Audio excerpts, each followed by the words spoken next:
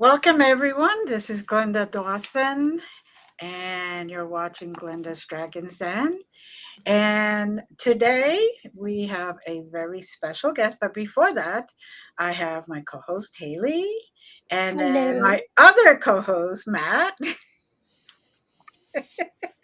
But we have a very, very good guest tonight. His name is George Monty, and he's going to tell us about him, and we're just going to chat here. So if We're you just guys have gonna chat. any questions or anything, we love to see them in the chat. So, We love to see the questions, and we love George Monty. yes, I'm so we happy do. to be able to hang out with you, my friend. It's been a hot minute. True Life Podcast, Mystic of the Pacific. How you doing, friend? Yes. I'm awesome. Thank you very much for having me today. I'm excited to chit chat with everyone and just kind of test the water, see how everybody's doing. Thank you. Test the waters. We're on an ocean theme today. We We have are. been, I tell you, and I Yep. enjoy it so much. Let's get real into the ocean just to start with, and tell the audience, for those who are uninitiated in the world of George Monty, what must they know before we dive into the amazing podcast conversation that is ahead of us? Well, my name's George Monty. I run the True Life podcast. If you haven't been able to check it out, it streams live almost daily. I've interviewed some cool people. The majority of my work is centered around psychedelics, suffering, relationships, and that's pretty much the gist of it there. But yeah, I'm open to all kinds of conversations. If anybody wants to come on the True Life podcast, feel free to go down, just search my name, George Monty. You'll see all the stuff that comes up. So Dude, check him out. He's got all the good stuff. This is part of one of the things that I think we had such a fun conversation the first time I was on your podcast, right? Talking about Yeah. psychedelics and a little bit of the consciousness exploration, shall Yeah. we say. Tell us a little bit about like your journey with psychedelics and look at the big smile you get on your face already. Talk to us about where you started a little bit with that. I'm interested to know what was your sort of the first flavor town that you invested a little bit of consciousness expansion in.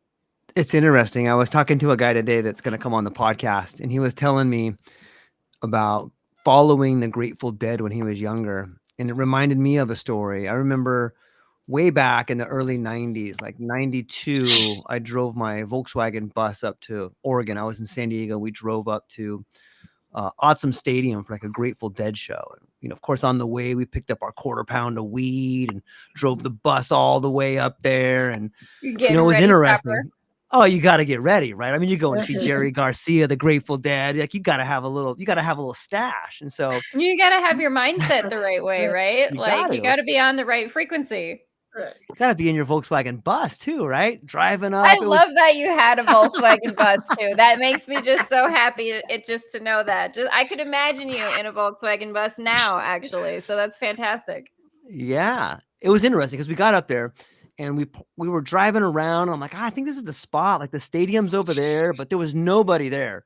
And so we parked our bus that night, and I woke up in the morning and it was just like a carnival. There was buses all around us, and it was an incredible show. But I've had a relationship with psychedelics probably since my teenage years, and it's changed over time, much like all relationships change. I think people's relationships with psychedelics change, and mine has gone from sort of a experimental and recreational to a situational and more like medicinal now. And I say medicinal because as I've gotten later in life, it's really helped me find ways to get through adversity, whether it was seeing loved ones of mine die and taking some time to, take a pretty large dose of mushrooms and just try to figure out, like, what does this mean? This person is gone. Are they still here? Can I still talk to them? Even today, we were talking before the show.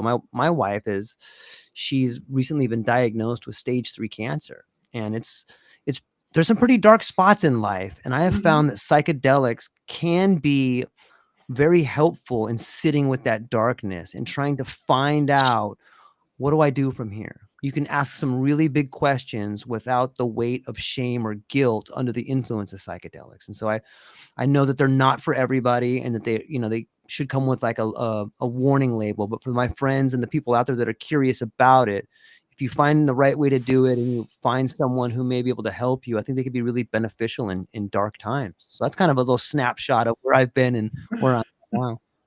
Well, and that's a little bit the conversation we were having before we jumped on live here. And I love the quote that you brought up that you said, "Darkness breeds clarity." Talk to us. Let's dive into that just a little bit. And obviously, you're dealing with something right now with your wife's health, and obviously having to like find perspective and find redirecting your energy and focusing on the healing and on being with that darkness. I mean, talk to us, George, Mystic of the Pacific. I tell you that you can smile and have the good, wonderful energy you have, even when you're dealing with that. I applaud you for that, because that's something that I do think is part of why people turn to psychedelics, because you're looking for ways to continue to find the joy and continue to find the gratitude, even through very difficult times. Yeah, it's really well said. And it's interesting. And while I'm speaking on my situation, I'm willing to bet that everybody on that side of the microphone, or anybody that's listening to this right now, has found themselves in a place of darkness, whether it's, not being able to make your rent, your mortgage, your car payment, or losing someone, or having to be like myself, having to be a caregiver and walk away from everything and just feel as if there's no hope left. Like that to me sounds like darkness. When you find yourself in a position where there's not a whole lot that you can do to actually solve that situation. Right. It's sort of like being in a cave. And it reminds me, I was speaking with a guest not too long ago, and he told me about this tribe in South America where they sit in a cave, like the first 60 years of your life. It might've been a story he was telling me, but he told me the story about this particular group. In the first 6 years of their life, they spend in a cave. And it really got me thinking, like, you don't really have to be in a cave to be dark, but you can be in these dark places. And if you really want to understand the rhythms of life, if you really want to broaden your awareness, then you should spend time in the dark, whether it's in a cave or whether it's in the metaphorical dark with someone in pain, because everything falls away. You know what I mean by that? Like, everything that's not important falls away, and all you have left is what matters. Like, I love this person, or I don't know what's going to happen tomorrow, but I know right now I'm with this person. Right now, everything's fine. Right now, I got a roof over my head. Right now, I have food in my fridge. Like right now, everything's okay. And when you sit with that darkness long enough, like you begin to become comfortable with it. And that's why I came up with that quote, darkness breeds clarity. Like sometimes you have to sit in the dark for your mind to stop. Sometimes you have to sit there and realize what's important. But I believe darkness breeds clarity. What do you girls think? Does darkness breed clarity? For me, it did. When I was going through breast cancer, which was, by the way, the 5th time I had cancer. Oh my gosh. I almost gave up that time, and I was like, you know what? No, there's a reason for this. And why is it? Maybe they want me to slow down. Maybe I'm moving the wrong direction. Right. Maybe I just need to take a moment to be me. And most of the people I know didn't even know I had cancer. Wow. Because I didn't mention it to anybody. I only told my kids actually like a week and a half, 2 weeks before I got surgery. And I just kept it all quiet because I wanted to feel it. I wanted to go through it. And I wanted to see what my intentions were before I started, talking to people. And then everybody would be like, oh, a lot of people would be, I'm sorry. And I didn't want that. I just wanted to say, okay, this is it. What's the plan? Let's go do it. That's it. And I was very grateful that I have a partner who stuck by me. Because let's face it, a lot of people would say, peace, that's too much for me, and skip out. So I was very lucky that, he stuck by me. He went to every single treatment, every surgery. Yeah. He drove back with surgery, and I didn't have enough drugs with that day. Anyway, no. But it was not enough to cover what was necessary. No, I'm joking. So because I like to drive myself everywhere, and when somebody else drives, I'm a little So, anxious. a little anxious. Mhm. So I just keep saying I didn't have enough drugs that day. So, but You needed to be talking to George and getting the psychedelics in there and getting perspective is what right? Like really digging in. yeah, No, I do think it's true, and I find that I have done this as a pattern in my own life where I recognize myself sort of putting myself in a corner on purpose almost. Like you make your situation untenable because you got to leave it. And it's an interesting sort of when you're in it, right? When you're in that cave, you got to try and remember that you went into that cave voluntarily because there was something in there for you. And when you're in the sort of the thick of the 3D sort of human vibes and you're in that darkness, though, like you do sort of like it's easy to lose perspective. So, I mean, that's I think where, George, tell me how you feel about it. That like sometimes broadening your perspective with the help of things Mother Nature has available can be something that is really useful in those moments. Yeah, it totally can. I think I think psychedelics themselves have a way of forcing you to sit with uncertainty. And I've come to see it like here's an example of what I've kind of learned sometimes using psychedelics is in my relationship with uncertainty. And it's like uncertainty is like a wild animal. And like we live with this idea of uncertainty. And for some people, it makes them really anxious. Oh, I don't know what's going to happen tomorrow. I've been caught in that loop plenty of times. Like I get so worried about the future. Like I'm not going to have enough money. I'm not going to have enough this. Like that's just uncertainty about the future. And sometimes people get uncertain about the past. Oh my God, I can't believe I said that. Does she think that, or did they think that now? And you get caught in these loops of uncertainty. And I liken it to a wild animal. Like if you live with a wild animal and you're worried that animal is going to attack you all the time, like you're not going to live a very good life. But if you just live your life like, okay, this thing's a wild animal, and you know what?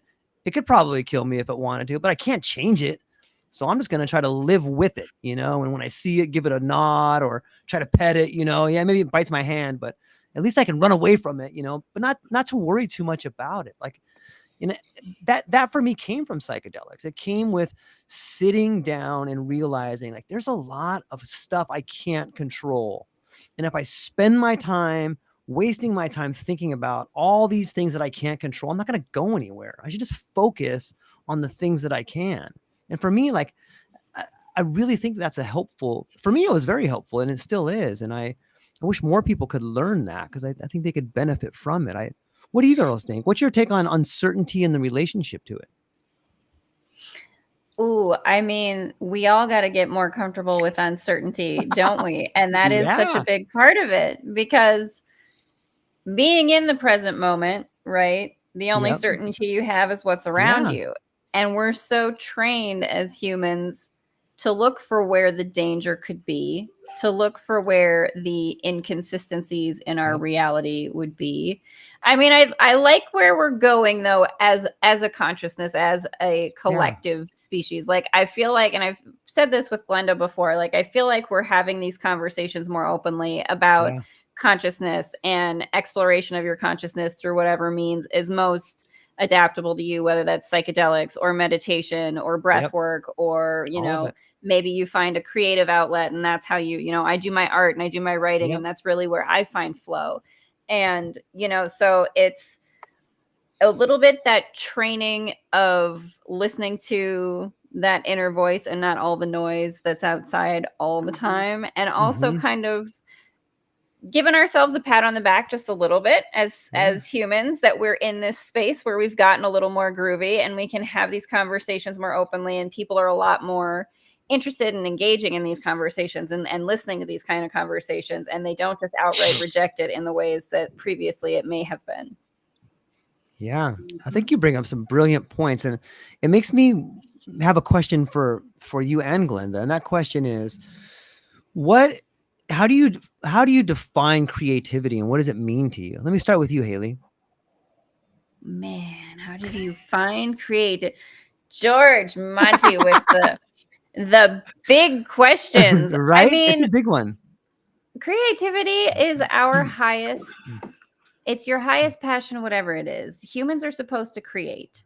And Yeah. that's when we're at our best, when we're creating in the moment. And I don't think it meant like I have the artistic sort of creativity, quote unquote, right? I Yeah. like the art, I like the writing, I like those things.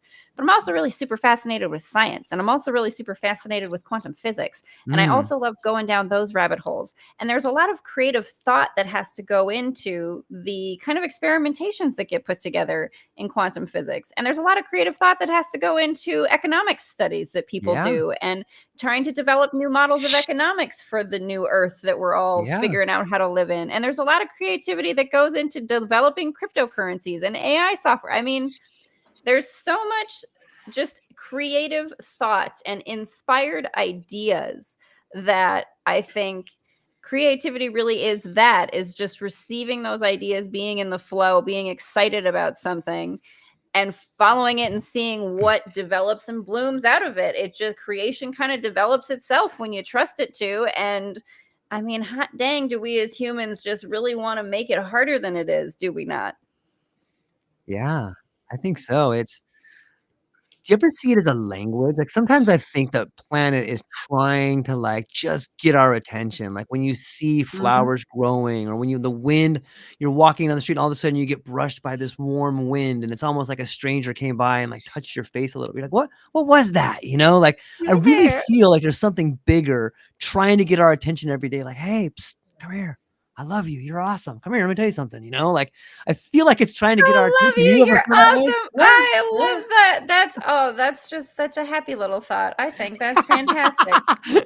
That's Yeah, brilliant. it is. I'm gonna lean into that.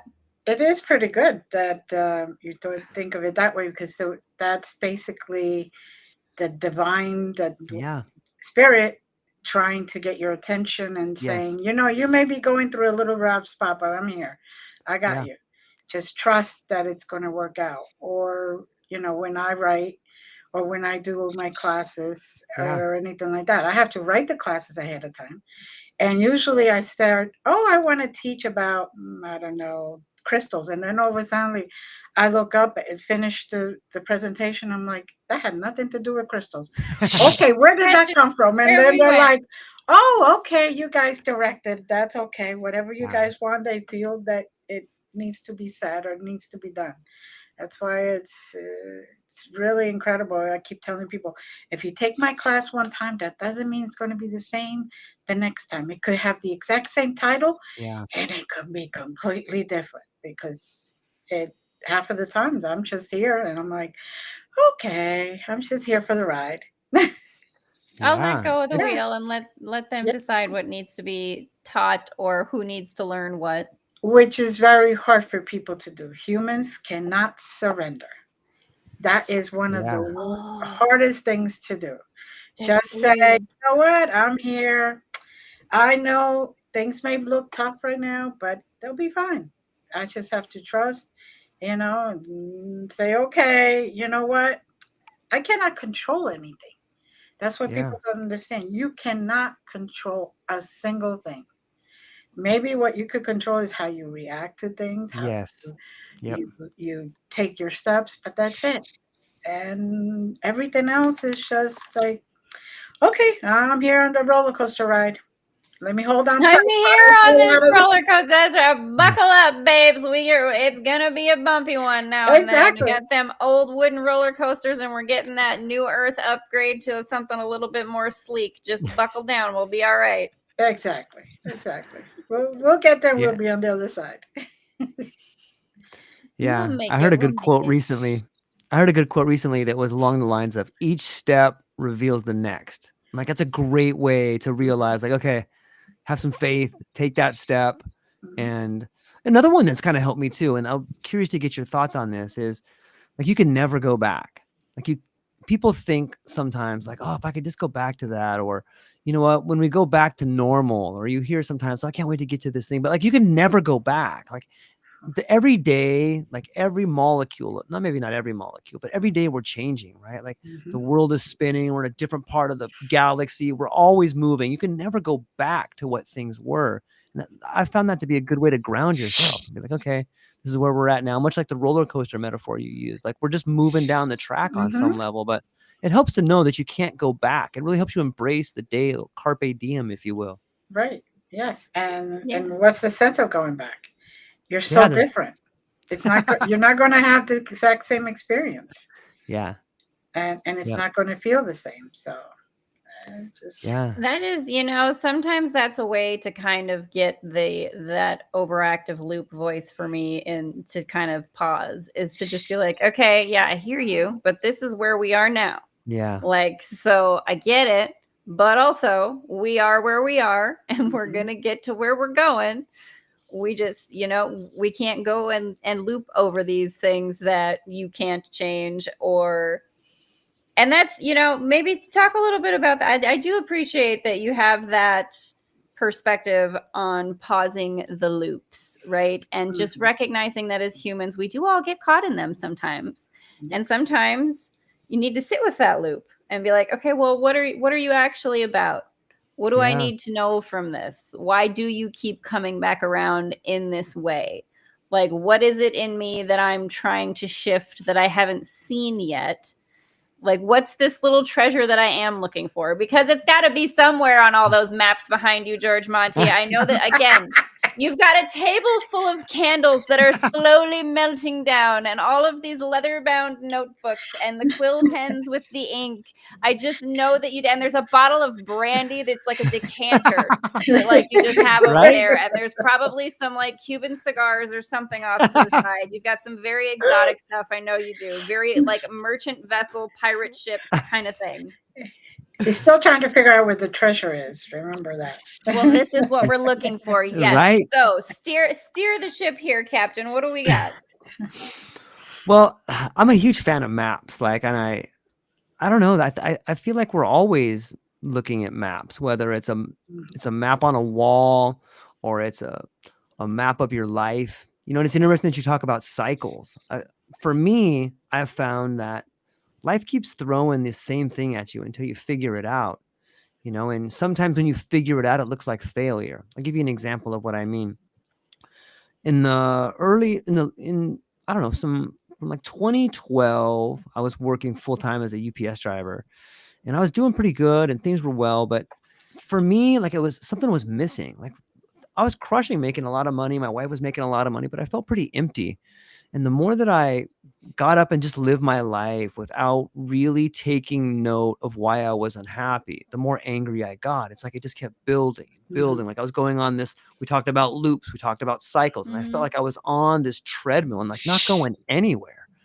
And it kind of came to me, this idea of like, you know what? Like I'm not really living the life I want to live. And I just started asking some big questions of like, well, what does that mean? Like, so you just want to quit your job and like, do something else? Like, that's crazy. You have a wife and a kid and all these responsibilities. How dare you decide to quit bringing in money? How dare you decide to quit your job? Like, and I had this thing going on in my head, like, and it got to a point, Haleigh and Glenda, where like, I just couldn't do it anymore. And I think so many people, whether you're a man or a woman, a younger person, hopefully you're younger and going through this than you are older, but we get to this point in life where we learn we've kind of been lied to. We were told that, hey, go do this thing, make a lot of money, and then retire at a certain age. Well, I'm here to tell everybody that's kind of bullshit. Like, Yeah, it is you know a what you lot should of bullshit. do? Thank you very Yeah, much. it is. Why wait to live? Life is Yes, Yeah. yes. And it's a quote that kind of sums this up, and then I can get back. I'll tell you what happened to my story. Is that like, learn to live or learn to love the things you have before life teaches you to love the things that you've lost. And like that kind of started hitting me, and I'm like, you know what? I don't see my daughter at all. I'm gone for like 14 hours a day, and when I come home, everybody's sleeping. On the weekends, I'm too tired to do anything with my family. Like, this is not the life I want. And I found the courage to like stand up and walk away from something that was providing me a good life. But the truth is, if you're okay with good, you'll never be great. It's in so many of the books. It's in so many of the myths. It's in so many of the maps. If you're okay with good, you're never going to be great. You got to find that treasure, whether it's on a map, whether it's in your heart, maybe it's in the eyes of your lover, or maybe it's on the smile of your child. That's where the treasure is. The treasure is knowing that every day you can do something you love. It's the ultimate act of faith to believe that you can do what you love. And I want people to hear my voice. I'm going to say it again because I think it's really powerful. It's the ultimate act of faith to believe that you can do what you love. And it's not easy, but it shouldn't be easy. And anybody within the sound of my voice or within the sound of Glenda's podcast or Haleigh's podcast or my friend Matt over there, I hope you do it. Like, take a chance. Like, find that thing in life that you're passionate about. That's where the treasure is, lady. That's that golden scepter. That's that ruby on top of that big box of gold that you're looking for.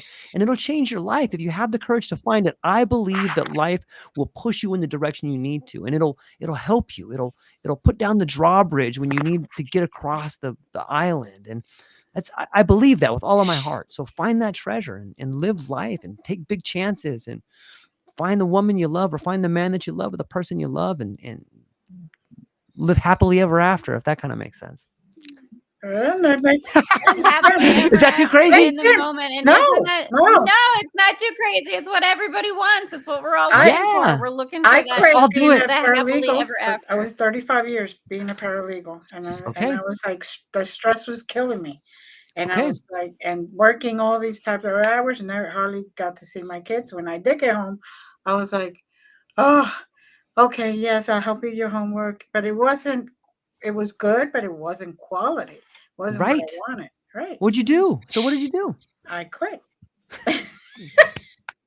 I quit. That's hard to do. That's really hard to do, wasn't it? And then I moved from New Jersey because New Jersey is really expensive to live. Yeah. So I had to move to Pennsylvania. But congratulations. I'm glad you did that. For a long time though, it was like iffy. I was like, did I do the right thing? Okay, I hope I have enough money there saved up. Yeah. And even if you trust completely, you're still like, it's not easy. Well, that's what it is, right? And somebody just said, was talking to me the other day, a book that they said they read every single year since like, I think 2021 or something. They've reread it every year. They read it during the pandemic. Feel the fear and do it anyway. And that's something that I think sometimes you just have to do. You just have to say, I am a human, and this uncertainty that I am in right now is uncomfortable, and I don't really know how to deal with it in every moment. Sometimes I'm going to tip over into the toddler tantrum space where I'm freaking out with my higher self a little bit and being like, aren't you in this with me? Are we not on this ship together? Like, don't you want me to do these things that I'm excited about? And that's just, sometimes you just have to feel the fear and do it anyway, and follow that, like you're saying, follow that highest passion, follow the thing that you love, because it is the thing that you were meant to do, or you wouldn't want to do it so badly. And it can be something that's challenging to do because you're always balancing so many different things, different relationships, different things that you need to take care of. Right. And so, like, talk to me about that, George and Glenda and Matt, tell us too. What do you do when you're juggling all of those things? And like, again, you got to bring it back to that grounded present moment. But when you're in that space and you're in that cave and you're in that darkness, what's the thing that pulls you back, I think when you're juggling that many things, you're going to drop something and things are going to break. But that's okay. You know what I mean? Like, they're going to break. Like, when you're juggling that many things, you realize, like, I shouldn't be juggling this many things. There's too much here. I can't juggle all these things. Yeah. And who's to say that things aren't supposed to break? Maybe there's that great quote that says, where you're broken is where the light shines in. And like, we spend so much time trying not to break. But man, it's happened in my family. Like, I've seen people in my family have tried to commit suicide, and there's been divorces, and and I'm not anything special. This happens to all of us. I bet you every one of you has a story like this, where you had a sister or a friend that tried to commit suicide, or maybe they did commit suicide, or maybe they OD'd on something. Like, son of a gun, like, that is real heartbreak. That is the darkness that I'm talking about. That is the juggling act where I dropped all the things and realized, like, it happens all the time around you. Like, you're not alone. If you are juggling all these things, man, you're not alone. It happens and it breaks. But what do you learn from that? Like, what do you learn when someone you love tries to commit suicide? Like, I could tell you what I learned. I learned that, like, I love that person more than anything. And you know what? No matter how bad it gets, it's kind of like, I don't ever want to leave anybody behind. Like, I can't, everybody thinks about it maybe sometimes, but Mhm. like it's kind of selfish Mhm. really in some ways. Like, holy crap, you're gonna do, then you're gone, everyone else has to keep living. Like, that's kind of a messed up thing to do, but it's these real moments, it's these tragedies that I'm talking about that actually are the glue in all the relationships that we have. And when things get heavy, when things get dark, like you can make arguments that it's a difficult time right now for so many people, and that's the truth, it is. Mhm. But it's in these dark times that we kind of come together, and we wouldn't come together unless it became dark. You get into the metaphors of it's always dark before the light at the end of the tunnel, the light when you're first born. But like, it is this darkness, it is this heaviness that we need in order to grow into the very best versions of ourselves. And that's why, I mean, when you can leave, like Glenda did, when she left being a paralegal because she was stressed out, she was taking an action in order to become the very best version of herself. She said, you know what, this thing isn't serving me. I believe wholeheartedly that I can do something better, and I'm going to try. Like, there's real power in that. Like, and you're going to have to go through the darkness, leaving the thing that you hate. Hey, congratulations, it's the first step, but now you're in for some darkness, and now times are going to get tough. But that's where the learning is done. Growth and comfort cannot coexist. And it's that darkness. It's the suicides. It's the end of hope. It's the darkness that it's kind of beautiful. And I hate to say it that way, but it's kind of beautiful. It's the only place where you can really find out what you're made of. It's the only place where you can really sit there and be like, I am not afraid of you anymore. I'm not scared. Turn out all the lights. I'll still sit right here. I'm not going anywhere.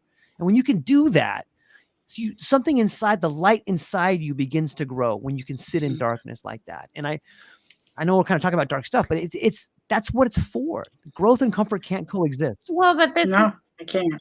it's such a wonderful tandem to our psychedelics friends, teachers. They grow in the dark. Of course. Mushrooms grow in the dark, and they're some of the most brilliant nature teachers that we have, that we can learn these things from. Yes. It's, and they grow out of, what do they grow out of? They grow out of dead stuff. Yeah, a lot of they're times. fed bullshit, literally. They grow out of decay. They grow out of what was broken and what died and what ended. Those brilliant teachers, they come from the things that ended. And it's something that I have said to myself before, that kind of was like a thing that came to me when I've been in dark times, that sometimes things have to fall apart for something better to fall into place. Yeah. You got to make that room. And if sometimes things do break, London Bridge sometimes is falling down, right? But it is a good reminder too that everybody's dealing with that. Everybody's going through it. That's a part of this human experience. And I think sometimes what happens as humans is that we over personalize it to the point that we really beat ourselves up about it. We really get in the guilt and the shame and the negative of it, especially when you're in the spiritual spaces and you're someone who is looking to be unconditional in life because you want to come from a place of love to everyone that you are spending time with and everyone that you interact with, right? And so, but you are still a human, and you do still find yourself in those spaces. So, learning not to attach yourself to looking poorly upon yourself for going through that experience, and instead seeing it for the strength you had to sit in that darkness.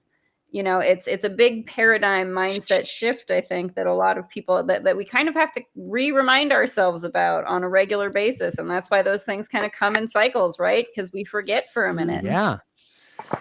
And isn't it interesting? Like, we all think of illness as being contagious, but if illness is contagious, then shouldn't wellness be contagious as well? And like, it is. Right?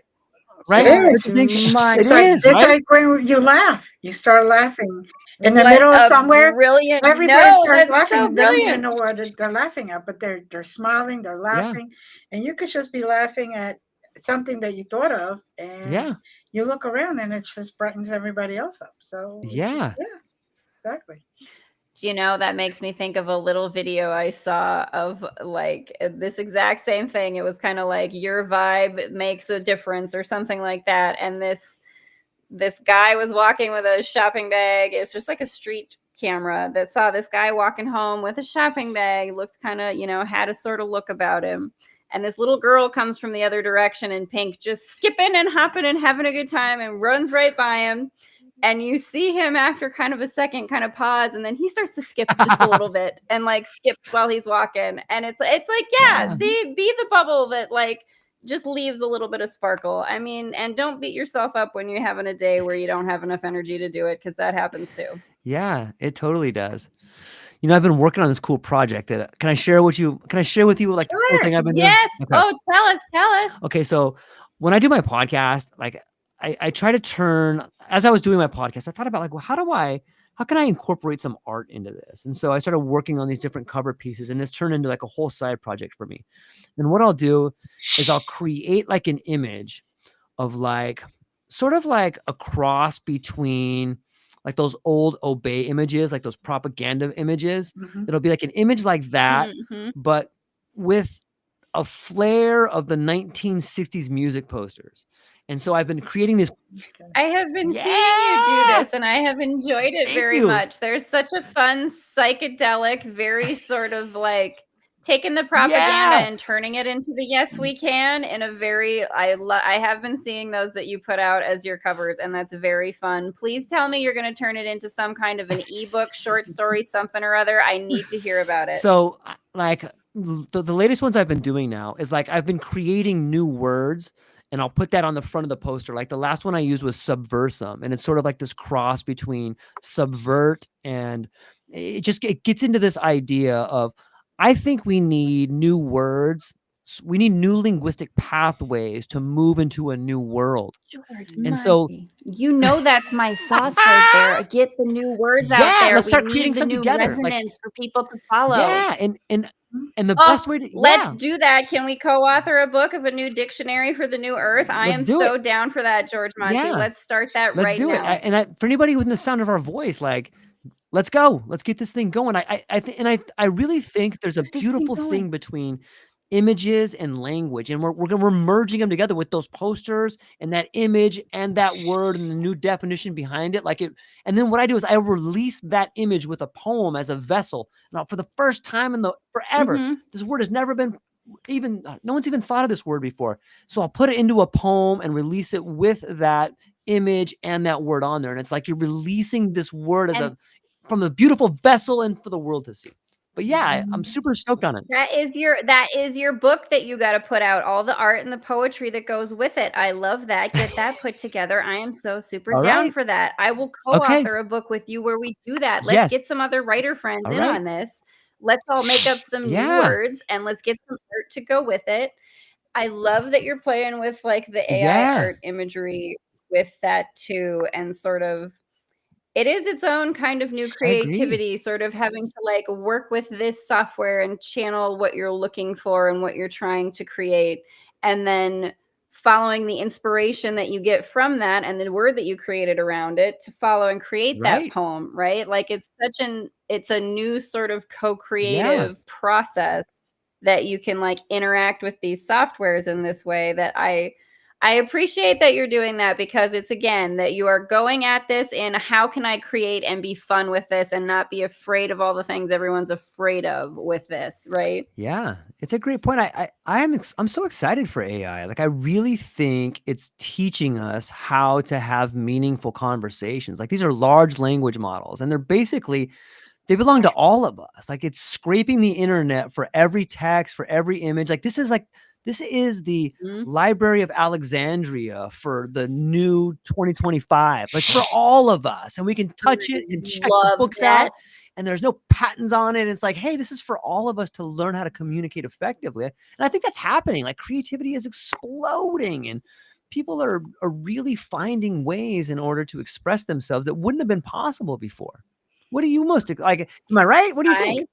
I appreciate this thread that you're on 100,000%. I really do, because I believe that is so true. Images can speak 1,000 words, and not all of us are artists by hand necessarily. So now you have this new capacity, this new vessel through which you can create and communicate and express. And that in and of itself, like transcending language barriers, just by using art and expressing yourself through art. And isn't that in and of itself a form of communication? And that would be so brilliant, I think, if we could lean into that and lean into more abstract communication with each other, so we can get more to a space where we let other barriers or ethnic barriers, just like language, fall away. And it's such a brilliant thing that's happening. I love that you take it to that space of the conversations that can be facilitated by AI. I really do, because the things you can do even to change something from English into another language or vice versa,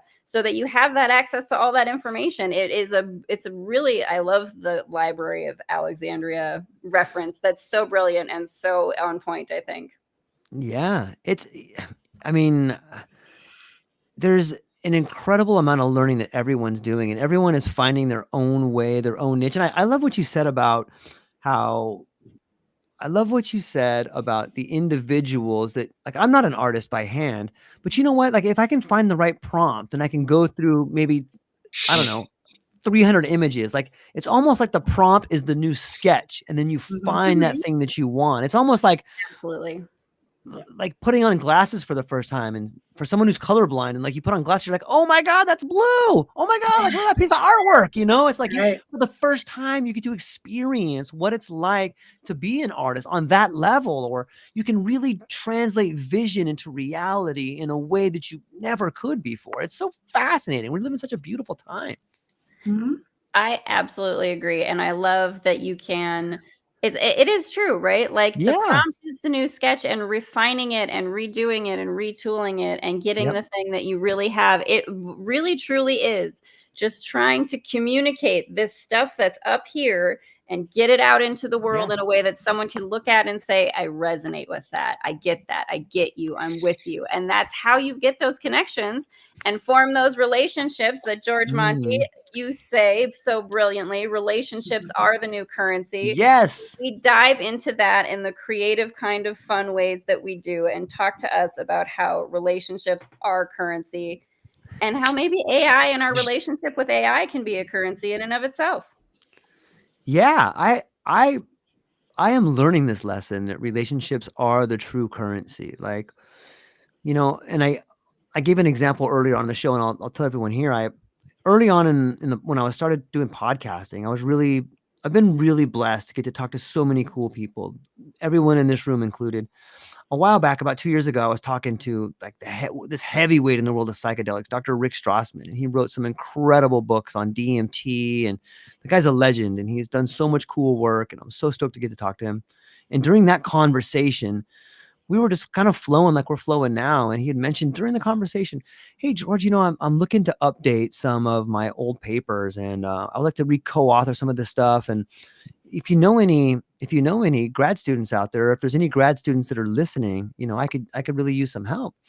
And I just thought to myself, as he's saying it, I'm like, that's so cool. Dr. Rick Strassman is asking for help, and someone's going to hear this on my podcast, and they're going to reach out to him. And because of the podcast, this thing's going to happen.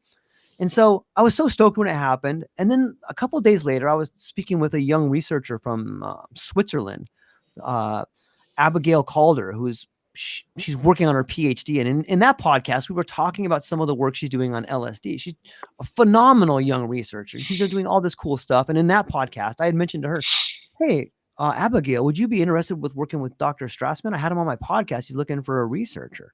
And she's like, are you kidding me? That guy's a legend. I'm like, I know.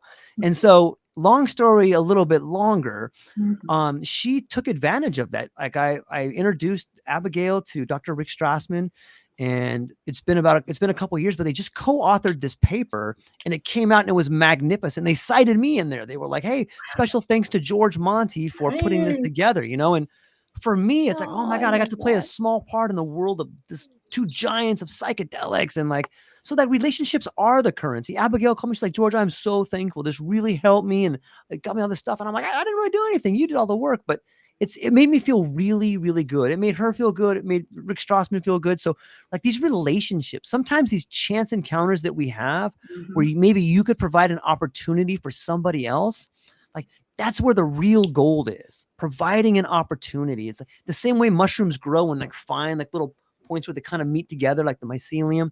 Like that's the Mhm. relationships we have in life. And Mhm. when you need someone, it's probably going to be a relationship that you had in the past that person's probably going to help you. So relationships are the real currency. And if you can see it that way, I have found that it'll make you a better listener.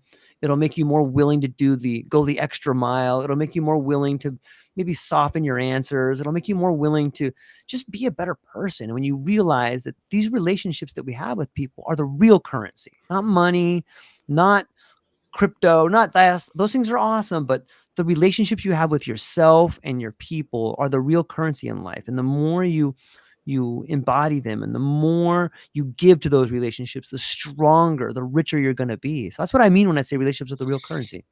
Mhm. I Yeah. love that. I do think that that's so and it's so true. And that's something that I notice in the podcasting world, and that has been Yeah. so great for me, is that the organic networking that Yep. happens, right? And it's Yeah. we're all interconnected, just like Yep. mushroom mycelium. Yep. And the more you kind of start developing those connections and getting, I love that little bunny hop thing that happens Yeah. sometimes, where it's like you have somebody on and you think, oh, hey, you should talk to this person, you should talk to Yes. that person. And then to see them go into a project and to get like, man, I just would love that to have like my name in a science paper. Are you kidding me? Saying Yeah. like, hey, thanks for like having us on. Like, I would love a shout out like that. I'm such a science nerd. That'd be rad. And the Yeah. funny part is, myself being a little bit older than both of you, have seen the full circle. It used to be the connections, the friendships, all that. Then it turned into the individual, and now it's kind of starting to go back to the connections and the friendships and the relationships. It is very fascinating to sit here and see that full circle. It's like finally we're going back the right way. Finally, we're coming full. Yeah. It is kind of fun, and like I was thinking about that because George, you were one of the first interview guests that I have in one of the first podcasts that I was on as a guest, which was so exciting for me. So I'm like, you know what? I take this as a great sign that there is a sort of cycle ending happening here, and I'm about to level up to I don't know what. Can't wait for us to co-author a book together Yeah. on Let's like do it. new languages that we need. I'm so excited about it.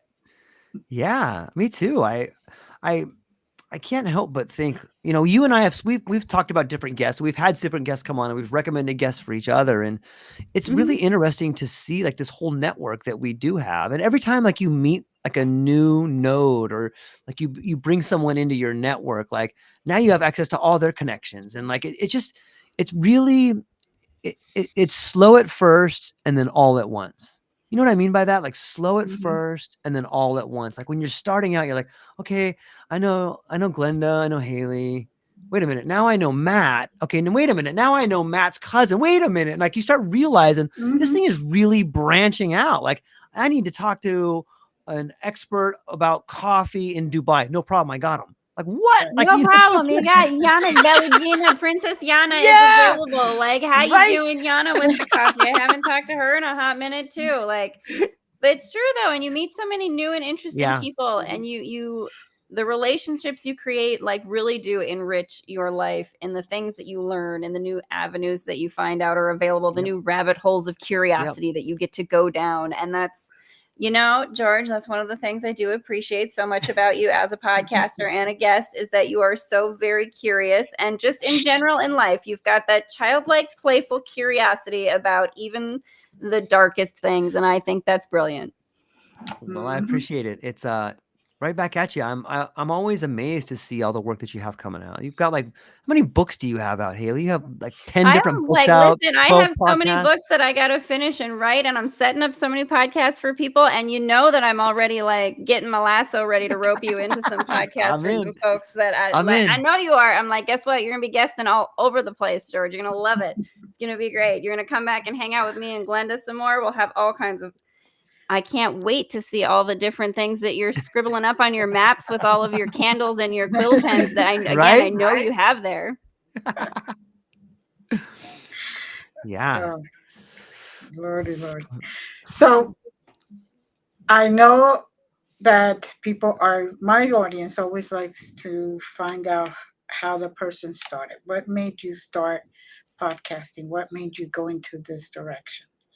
And we're kind of coming to like less than 10 minutes. So I want to give them that before they email me and say, well, you didn't ask that question. You didn't give a origin story of the podcast. Yes. Go.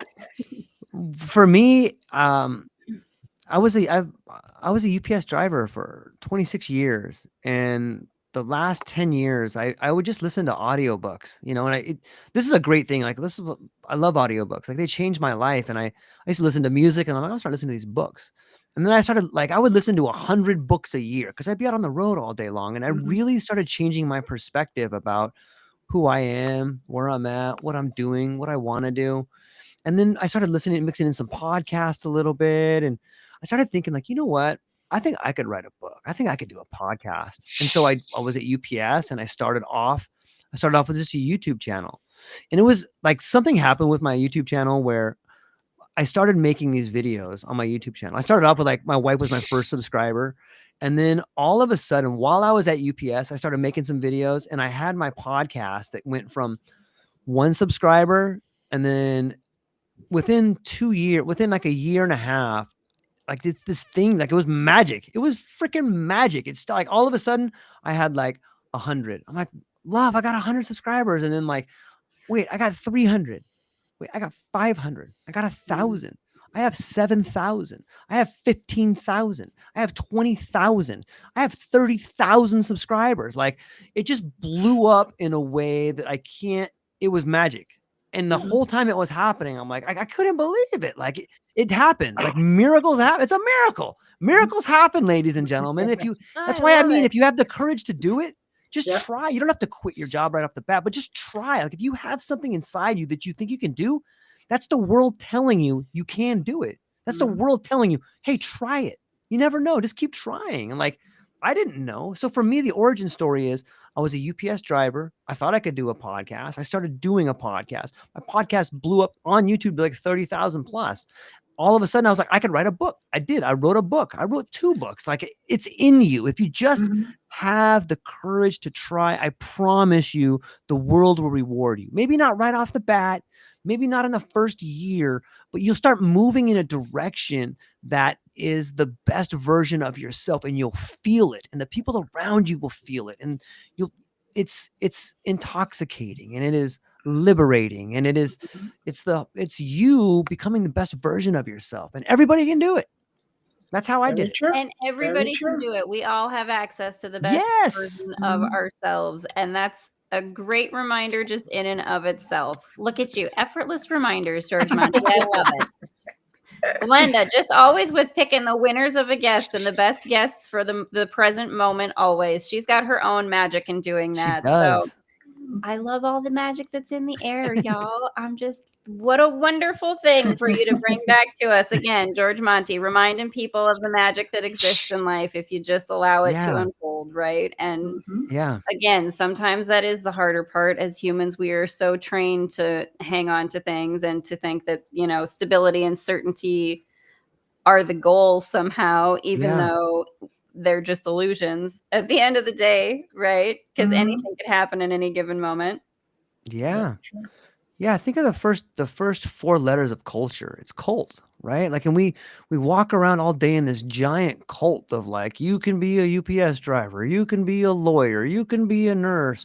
Like, there's all these pre-cut out ideas of what you're told you can be in school, but the truth is you could be so much more. No one ever told me in school, hey, there's a way to retire at the age of 25. No one told me that. I didn't know you could do that. Like, I would have tried to do that if I knew that. I didn't know you could. I thought, okay, you got to find a good job, and then you got to maybe retire at 55. Hopefully you get married and you got to have some kids. Like, no one told me about these other things out there. And so one thing that I want to do is I want to tell everybody who's listening, and especially if you're younger, like, man, there's ways to live a life you never thought was possible. And once you start breaking out of that culture, once you start breaking out of this idea of, like, this is what life is. No, that's not what life is. Life is not what people tell you. Life is what you believe it can be. And so I'm hopeful that my words reach someone younger than the age of 40 when I started living my life. Start living at 30, start living at 20, man. Start living and being the person you want to be as soon as you can start feeling it. Like, and maybe that we're back to being broken again. Maybe you have to be broken in order to start seeing things clearly. Maybe you have to go through, maybe the first 30, maybe the first 40 years are being broken and trying to figure things out, and then you can start doing it. I think you could do it earlier, but for me, my origin story is I had to break until I found the courage to live the life that I wanted. Very good. Very good. How can you And- beat that? You can't beat that. You You cannot can't. be just like being in the moment and present enough to say, listen, maybe it looks like the tower card of the tarot deck and things are all coming crashing down. But Mhm. sometimes you can build some brilliant things out of Yeah. that rubble. And sometimes it's a lot more creative and fun. And, sandcastles are meant to be knocked over by the waves, are they not? So that you Yeah. can create new ones. They're all sandcastles, right? It's all sandcastles. That's a good way to look at it. Yep. Yep.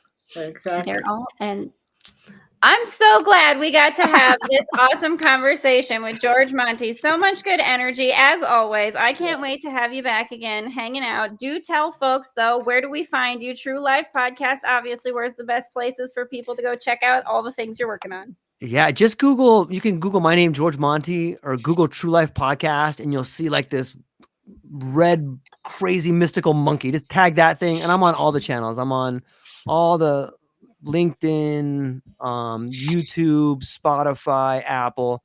Just type in my name with True Life Podcast, and I'll be the first thing that pops up. And please come check me out. I'm talking to some really cool people, and I would love to share stories. And if you found what I had to say interesting, I got a whole lot of them. I got over 800 episodes. No, I'm sorry, 750 episodes.